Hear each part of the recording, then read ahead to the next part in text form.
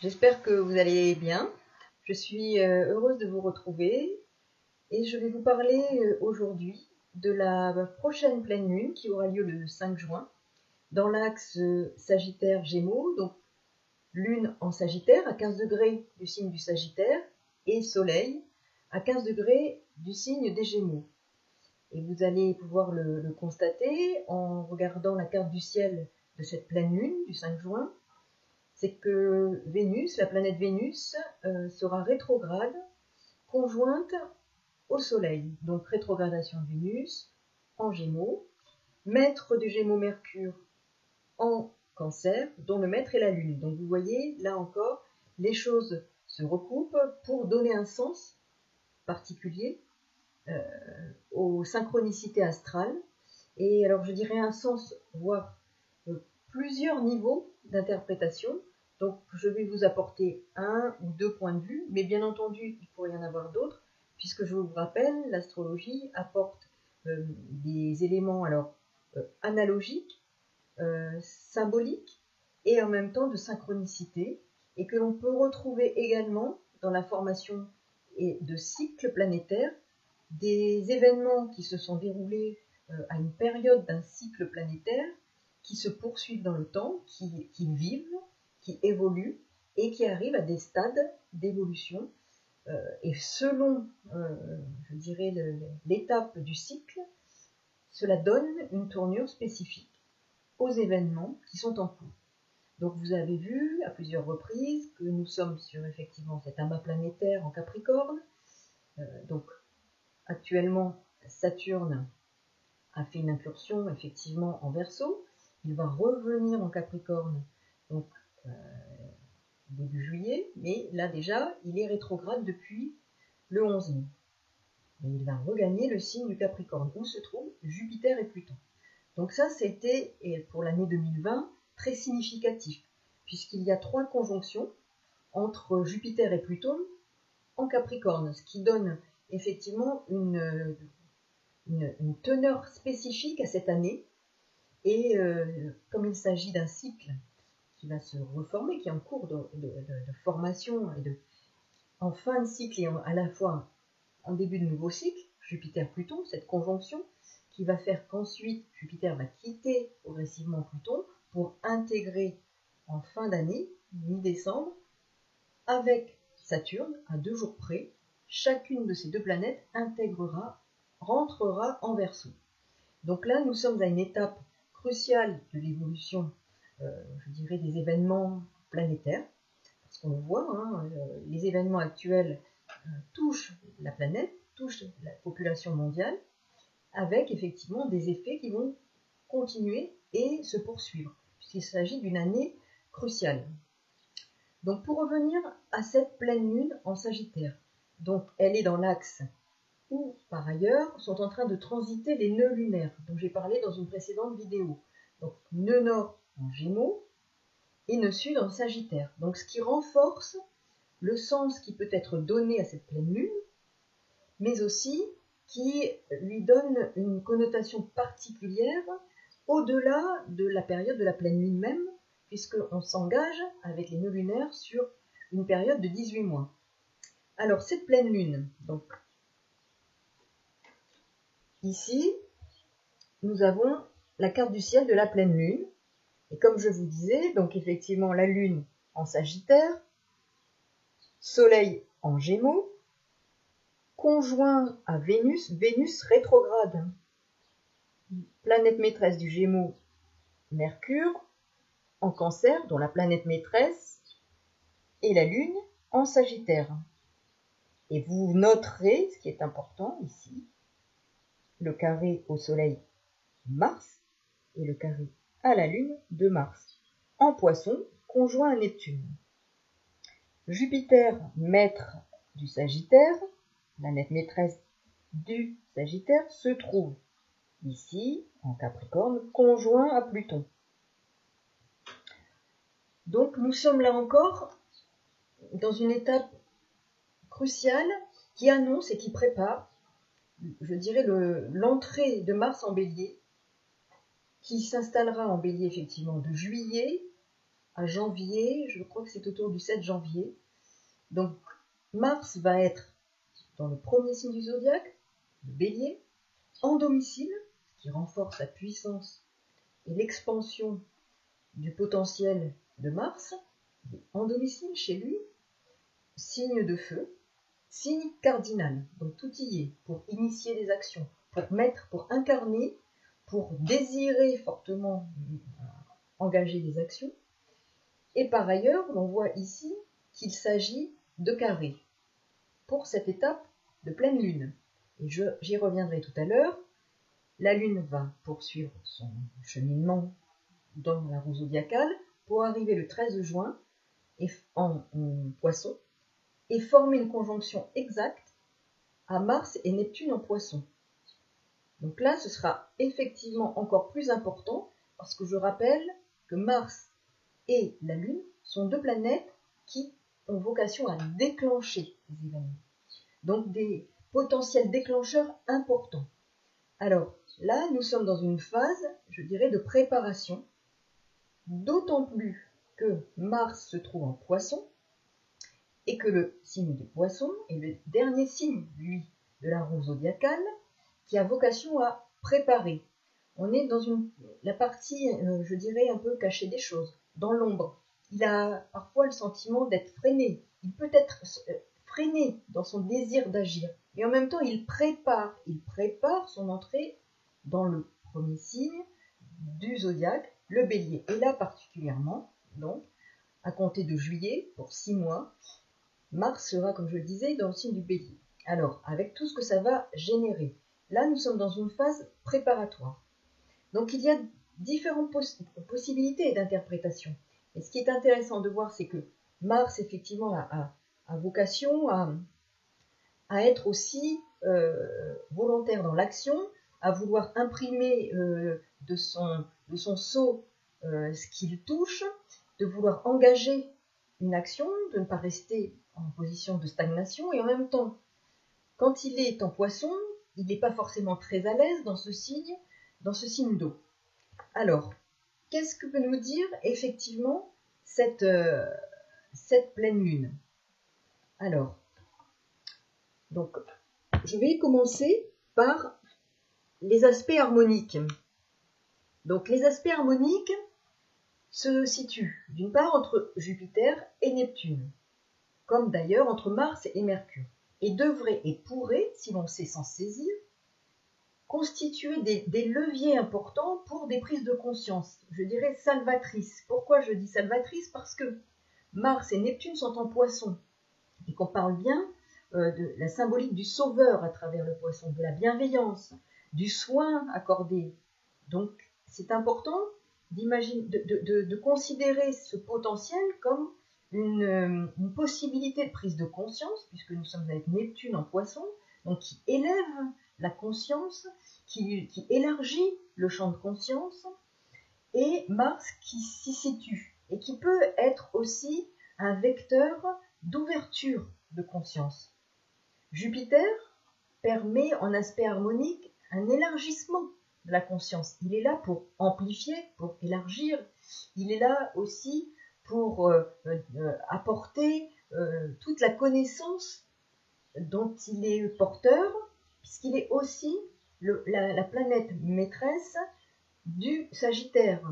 Sagittaire, c'est aussi la connaissance, la philosophie, la spiritualité, les croyances, la foi, et il peut, grâce à cet aspect, apporter un potentiel de prise de conscience qui peut nous élever à partir de ce que nous vivons par l'expérience vécue. Mars en Poisson, parce que Mars, c'est aussi l'expérience, le contact, la matérialisation. Donc, l'expérience de notre vécu peut nous amener à un niveau de conscience supérieur. C'est une opportunité de développer notre conscience supérieure à travers le vécu, à travers l'expérience.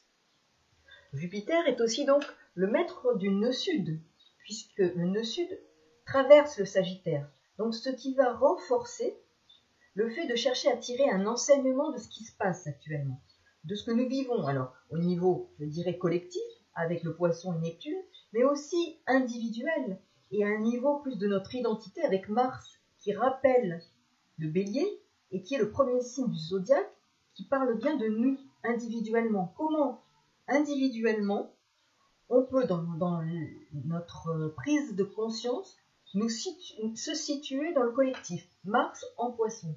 Comment l'on peut avoir une autre vision et une autre lecture de ce qui se joue autour de nous, au niveau collectif, pour notre évolution individuelle. Par ailleurs, Mars, trigone à Mercure, permet à notre mental de se diriger différemment et favorise les pensées structurées et constructives.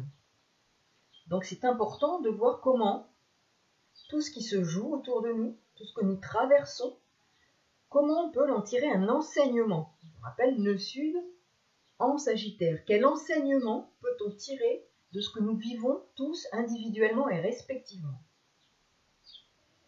Les pensées nourries, Mercure en Cancer, sont inspirées, Mars en Poisson, et peuvent être source de bienveillance, d'attention, de soins portés à soi-même et aux autres, à la relation aux autres, Mercure. Donc, Mercure est de surcroît aussi en sextile à Uranus. Cet aspect nous permet aussi d'anticiper, de trouver des solutions innovantes, inédites, aux difficultés rencontrées. Et là, on parle du relationnel, de la dimension proche, de la relation aux proches, le Cancer, le Gémeaux, la capacité à rentrer en relation avec les autres, notre mode de communication, nos modalités de communication qui, contraintes et forcées, ont évolué, ou nous demandent d'évoluer dans notre manière de nous positionner dans des relations à soi-même et aux autres, parce que ça commence d'abord par soi-même, avant de nous engager vers l'autre. Donc c'est important de mesurer combien, je dirais, les synchronicités astrales nous proposent un cheminement d'évolution à partir d'éléments concrets. À partir de là, la pleine lune est aussi au trigone de Chiron. Chiron, je rappelle, c'est cet astéroïde qui se trouve en Bélier actuellement et qui confirme la nécessité, quelque part, de soigner notre identité, de nous comprendre mieux, de nous soigner quelque part une blessure qui est propre à notre identité. Comment nous construire, comment nous accepter, comment être nous-mêmes tout en étant dans la relation, puisque nous sommes dans l'axe Bélier-Balance. Et là, on se retrouve, la communication, être soi-même, se découvrir qui l'on est à partir de prises de conscience salvatrices qui vont nous permettre d'être dans une meilleure relation à nous-mêmes, à soi-même, et par conséquent aux autres. Donc, cette pleine lune au trigone de Chiron confirme la bienveillance et l'empathie qui peuvent soigner nos relations et la communication, notamment au sein du foyer, le Cancer, avec les enfants. Vous voyez comme les enfants ont fait l'objet de beaucoup de discussions autour doit-on les remettre à l'école, pas les remettre à l'école, pourquoi, est-ce que c'est une visée économique? Je rappelle, Vénus en Gémeaux, Vénus c'est aussi le commerce, donc Vénus est rétrograde, et dans le signe du Gémeaux où on parle aussi des enfants, la lune évoque aussi la famille, c'est aussi la mère des enfants, le foyer. Donc vous voyez, et dans cet axe-là, Sagittaire Gémeaux, où on parle d'éducation. Donc, qu'en est-il des enfants au sein de toute cette problématique collective, cette problématique de société, où les enfants peuvent être malmenés? Ils sont au cœur du sujet, mais en même temps, sont-ils considérés comme ils devraient être considérés? Et ça, c'est un point sensible, parce qu'il me semble bien qu'il faut être vigilant à ce que l'on fait vivre et subir à ces enfants, aux enfants, à nos enfants qui sont en construction et qui sont le monde de demain. Que leur propose-t-on et comment les utilise-t-on à des fins parfois mercantiles? Donc vous voyez cette pleine lune dans cet axe qui est aussi l'axe de l'enseignement, de l'éducation. Et avec tous ces éléments, effectivement, vont à l'école, ne vont pas à l'école, à quelle période, quelle classe, comment les adultes les accompagnent et comment s'y prennent-ils, comment nous y prenons-nous pour accompagner ces enfants, leur expliquer, leur apporter la bienveillance qu'ils devraient avoir et ne pas les balloter de la même façon que nous-mêmes sommes ballottés par des incohérences auxquelles nous sommes confrontés. Donc il y a cette vigilance et je pense que cette époque-là nous appelle notre attention aussi sur comment nous prenons en compte les enfants aujourd'hui dans notre société. Donc tous ces éléments, et avec tous ces éléments, il y a la possibilité de donner du sens. Je rappelle que Jupiter, c'est aussi donner du sens. L'axe Sagittaire-Gémeaux, donner du sens, faire descendre le sens dans une proximité à l'autre, et en même temps, effectivement, ce Jupiter qui est conjoint à Pluton, qui est le maître de ce nœud sud, qui nous demande de nous dégager de certaines peut-être croyances erronées, de certains fonctionnements, de certaines conceptions, de certaines philosophies de vie qui n'ont plus lieu d'être. Ce maître planétaire, Jupiter, est conjoint à Pluton, qui lui fait table rase, demande à ce que l'on fasse table rase des croyances, et met une loupe, effectivement, sur des notions de pouvoir, de contrôle, mais aussi la possibilité de dire que ce Pluton conjoint à Jupiter demande à ce que l'on remette tout à plat, que l'on revoie ce qui a fait conviction, ce qui a fait effectivement, ce qui a construit les fondements de nos croyances. Il y a des choses qui doivent être mises à plat pour repartir sur d'autres bases nouvelles. L'entrée de Jupiter en Verseau dans quelques mois. Donc Pluton, effectivement, n'est pas loin, au sextile, lui, de son côté, de Neptune. Et ainsi, il transforme. Il agit aussi, lui, sur une transformation.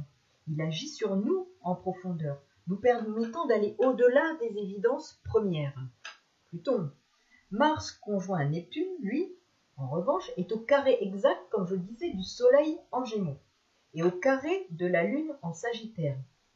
Vénus, elle, est rétrograde, conjointe au Soleil, et bien entendu, elle aussi, carrée à Mars. La communication et les échanges ne sont pas aussi légers et tendus que nous l'aurions souhaité et imaginé.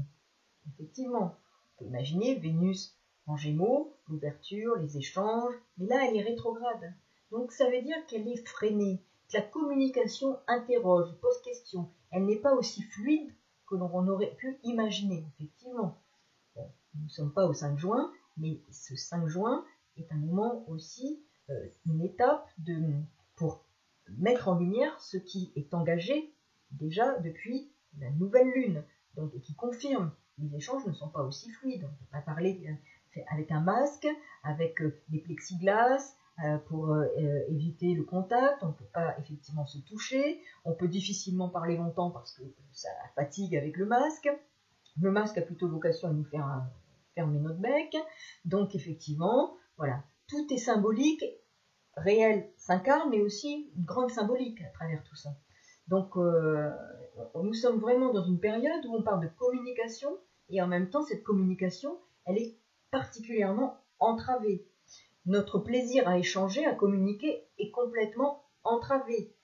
Et ce qui va avec le désir de se rencontrer, Mars, qui est au carré de Vénus. La rencontre se fait difficilement. C'est assez tendu. En tout cas, ça n'est pas fluide. Et Vénus est rétrograde, en Gémeaux. Donc là, on se trouve effectivement à se dire, où est Mercure? Mercure est en Cancer, maître du Cancer. La Lune au carré, elle aussi, la population, dont on peut aussi faire analogie effectivement avec la population au carré de Mars. Donc vous voyez, là aussi, il y a des convergences importantes qui nous donnent à mesurer ce vers quoi dans quoi l'on se trouve et ce vers quoi l'on s'engage. Donc la communication et les échanges ne sont pas effectivement aussi légers que nous l'aurions souhaité. Les relations ne sont pas celles que l'on espérait retrouver. Déconfinement, oui, enfin, on va dire sous surveillance. Donc, évoquez bien qu'il y a quelque chose qui est de l'ordre d'une liberté surveillée, contrôlée, on y est. Bien sûr, la fonction plutonienne du contrôle en Capricorne, du contrôle qui est toujours présent. Donc, des dérapages sont possibles. La Lune se situe en Sagittaire, dont Jupiter, comme je le dis, est le maître. Jupiter indique ici, dans le cas de la conjonction qui est sur le point de se reformer de façon exacte, avec Pluton, fin juin, que la mise à plat, la destruction d'anciennes convictions, d'anciennes croyances, d'anciennes organisations se poursuit pour aller vers le renouveau. Les lois vont évoluer, les organisations de travail, les administrations, etc. Tous ces secteurs vont connaître à travers une crise majeure des mutations extrêmes. Cette lune en Sagittaire parle de ces nouveaux besoins qui vont s'exprimer, des besoins d'ouverture, des besoins d'accéder à de nouveaux horizons ou encore de faire des rencontres. Mais ces besoins vont sans doute être déçus. Déception, désillusion, frustration et freins relationnels seront à la clé. Neptune, carré, Vénus rétrograde. La dimension financière et le commerce seront aussi affectés. On le voit déjà, mais cela vient confirmer les choses. Et l'on trouve ces synchronicités astrales. C'est ce qui est toujours intéressant, c'est de voir comment ces planètes peuvent parler. Alors c'est vrai qu'il y a plusieurs niveaux possibles d'interprétation. Mais on peut voir que dans chacun de ces niveaux, des choses se recoupent.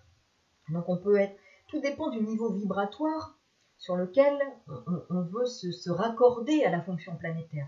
Et on peut se raccorder pour soi-même dans notre évolution à la fonction supérieure de la planète. Mais en même temps, on voit bien qu'il y a des agissements qui, eux, se raccordent et s'accordent avec les fonctions inférieures de ces planètes. Donc, c'est toujours important, quand par exemple on parle de Neptune, oui, ça nous permet une évolution, une élévation de notre prise de conscience, un contact avec la divinité. Et en même temps, c'est aussi le mensonge, c'est aussi le double, c'est aussi l'hypocrisie, c'est aussi les choses cachées, les déceptions, les désillusions, le mensonge, la duperie, la tromperie. Donc tout dépend à quel niveau vibratoire nous allons nous accorder à cette fonction planétaire. Et on peut voir que certains s'accordent sur un niveau le plus bas. Donc à nous d'élever le débat, mais en même temps, rien n'empêche d'être toujours vigilant sur ce qui se joue pour s'en détacher, mais en étant toujours avec une lucidité qui nous permet de nous détacher et de nous prémunir, autant que faire se peut, de ce qui se joue à un niveau vibratoire inférieur. C'est aussi l'enjeu des nœuds lunaires. Nœud sud en Sagittaire, nœud nord en Gémeaux, il est question aussi d'incarner des vibrations supérieures dans notre quotidien pour aller vers une évolution personnelle qui nous raccorde à des énergies supérieures. Donc, pour revenir sur cette pleine lune en Sagittaire, mais vous voyez, toutes ces choses-là sont évoquées à partir de cette pleine lune, qui va poursuivre son cheminement, je dirais, énergétique. Donc là aussi, donc la dimension financière, le commerce seront affectés, et il est peu probable que leur expansion soit à la hauteur des espérances. Neptune, carré, Vénus en Gémeaux. Mercure est toujours au carré de Chiron en Bélier. Les propos, les échanges au niveau des relations de proximité et aussi le monde du commerce seront potentiellement des sujets sensibles. Alors, tout à l'heure, j'ai parlé avec vous donc de cette conjonction. Donc, je vais vous la montrer, la carte du ciel de cette conjonction de la Lune à Mars-Neptune le 13 juin. Vous voyez ici, conjonction exacte. Donc la Lune à partir du 5 juin, bon, elle aura poursuivi son chemin pour arriver le 13 juin en Poisson et en conjonction exacte à Mars et Neptune. Alors là, bon,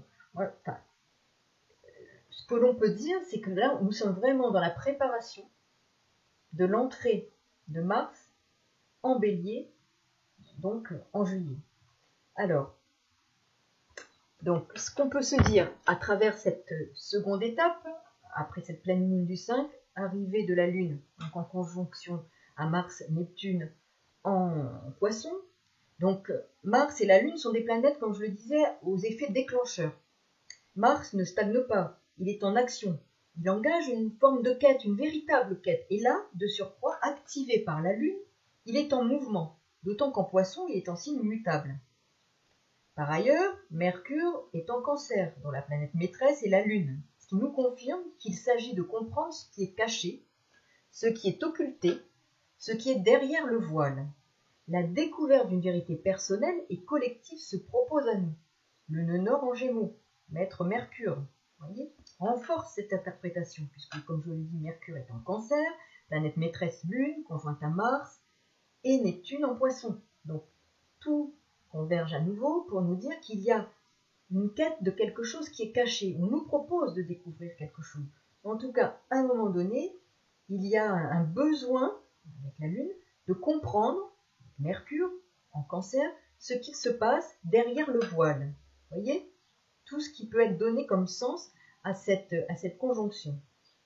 Et le sens, on est toujours avec Jupiter, qui est le maître du nœud sud. Donner du sens, comprendre, mettre du sens sur ce qui est. Donc besoin de comprendre, besoin de donner du sens, besoin de nous départir de certaines incohérences, de certaines tromperies, nous sommes quand même dans le Poisson, pour comprendre ce qui est caché derrière le voile. Ce 13 mars est la continuation donc, de ce qui s'est passé à la pleine lune du 5 juin. Pleine lune en Sagittaire, la quête de sens. Et ce lien avec l'axe des nœuds lunaires nous conduit à des comportements différents et une qualité relationnelle tout autre, nourrie d'une prise de conscience qui fait évoluer notre personnalité, notre identité. Tout ce que nous connaissons, ce que nous avons connu, ce que nous connaissons, a un impact sur nos modalités relationnelles, sur qui nous sommes, à notre bon vouloir ou pas. C'est-à-dire qu'on le veuille ou non, nous sommes impactés par ce qui s'est passé. Nous le vérifierons dans les semaines et les mois à venir, ça a un impact sur nous, et dans nos relations, et dans nos modes de communication, qui seront tout autres à partir de ce moment-là. Et ça agit sur notre personnalité. Donc nous sommes bien là dans des comportements différents, une qualité relationnelle, tout autre, nourrie d'une prise de conscience qui fera évoluer notre personnalité. Maître, donc Mars, maître du Bélier, Chiron en Bélier. Vous voyez comme les choses vont s'articuler.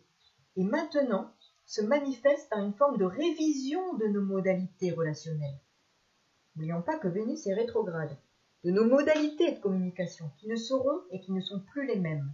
Il s'agit de retrouver, ou plutôt de rechercher, un nouvel équilibre affectif et relationnel. Des frustrations sentimentales et affectives seront présentes. Les actions seront, elles, troubles, mal comprises. Le mensonge et les magouilles viendront empêcher les relations et les échanges en toute liberté.